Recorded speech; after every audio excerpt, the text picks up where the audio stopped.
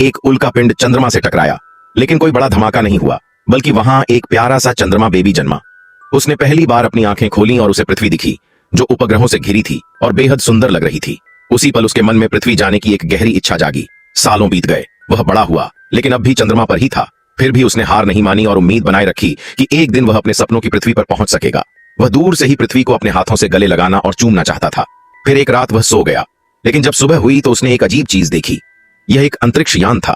वह उत्सुकता से उसके पास गया और देखा कि उसमें से एक सुनहरी चीज बाहर आई। यह पृथ्वी से आया एक संदेश था। उसे पता चला कि पृथ्वी भी उसके बारे में जानती थी। अब उसका विश्वास और बढ़ गया।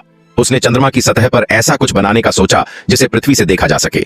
वैसे जब तुम यह वीडियो देख रहे हो तो तुम्हारे फोन की बैटरी कितनी है, नीचे कमेंट करो, और जिनकी बैटरी सेम हो वे दोस्त बन सकते हैं। अगली सुबह जब सूरज की रोशनी चंद्रमा पर पड़ी, तब वहां एक चंद्रमा इंसान की बड़ी सी तस्वीर बनी थी। हाँ, वह थोड़ी अजीब दिख रही थी, लेकिन चंद्रमा इंसान बहुत खुश था। वह बेसब्री से पृथ्वी के जवाब का इंतजार करने लगा, लेकिन एक दिन बीत गया और कोई जवाब नहीं आया। जब वह उम्मीद छोड़ने ही वाला था, तब पृथ्वी से एक स्पेसशिप आया। उसमें से इंसान निकले और चंद्रमा इंसान की खुशी से आंखों में आंसू आ गए। उसे लगा अब उसका सपना पूरा होगा, लेकिन इंसान वहां सिर्फ झंडा लगाने आए थे। जैसे ही उसने उनसे हाथ मिलाने की कोशिश की, वे तुरंत स्पेसशिप में लौट गए और उड़ान भर ली। चंद्रमा इंसान हवा में अकेला खड़ा रह गया। उसकी आंखों से आंसू छलक पड़े। क्या उसका सपना कभी पूरा होगा? तुम्हें क्या लगता है, चंद्रमा इंसान कब पृथ्वी जा पाएगा? नीचे कमेंट करो।